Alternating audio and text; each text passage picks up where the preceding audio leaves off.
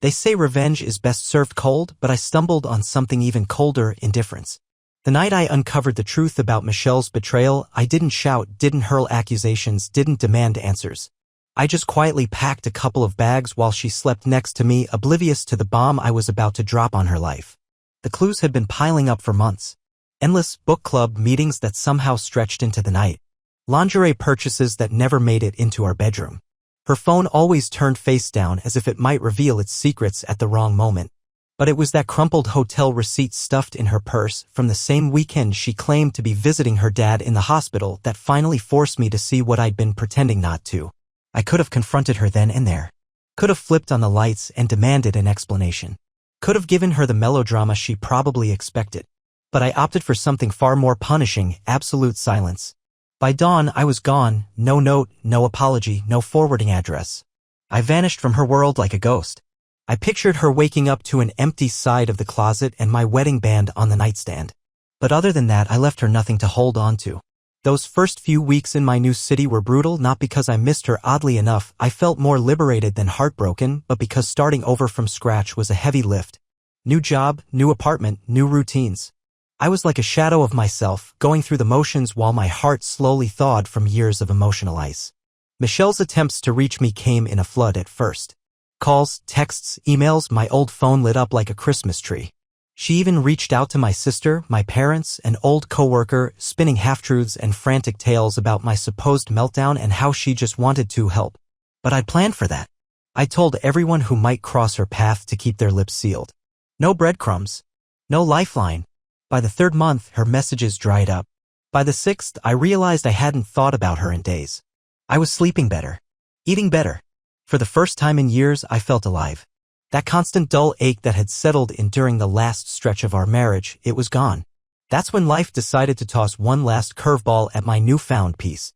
8 months after I disappeared from her life, on a drizzly Thursday evening, I came home from work to find Michelle standing in the hallway outside my apartment, drenched from head to toe and clutching a wrinkled slip of paper with my address. "Hey, Jason," she murmured, her voice so low it nearly got swallowed by the rain. For a split second, I wondered if I was imagining her. She looked so much smaller than I remembered, frail, almost like the shell of the woman I used to know. Her usual put-together look had been replaced by something raw and desperate. "How did you track me down?" I asked, my hand still on the doorknob. "It took a while," she said. "I hired a private investigator." She looked so out of place, standing there in the rain. "Please, can we talk?" The smart thing would have been to shut the door in her face. The healthy thing would have been to keep my distance. But that same old curiosity, that human flaw, made me step back and let her inside. She sat on the edge of my couch like she was afraid it might disappear beneath her, her hands trembling as she spoke. "I know why you left," she started, voice cracking. "I know what you found out, and I need you to understand it's over. It's been over for months. I made the biggest mistake of my life, and I've been trying to find you ever since to apologize."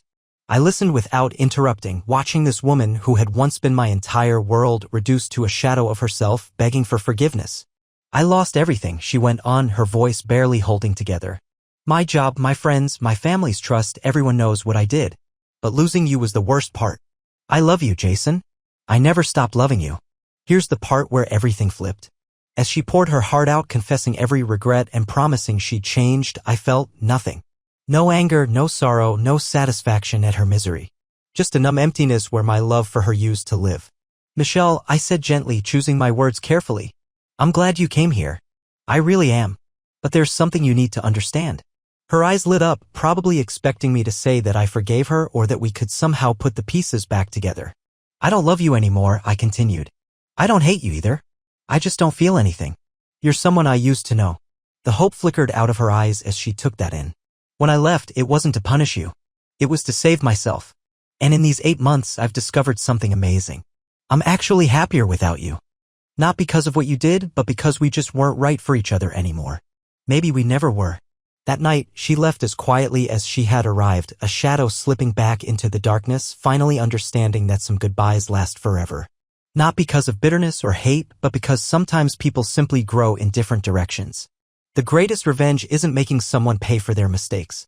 It's finding a way to be so deeply, genuinely happy without them that their absence feels like a blessing instead of a loss.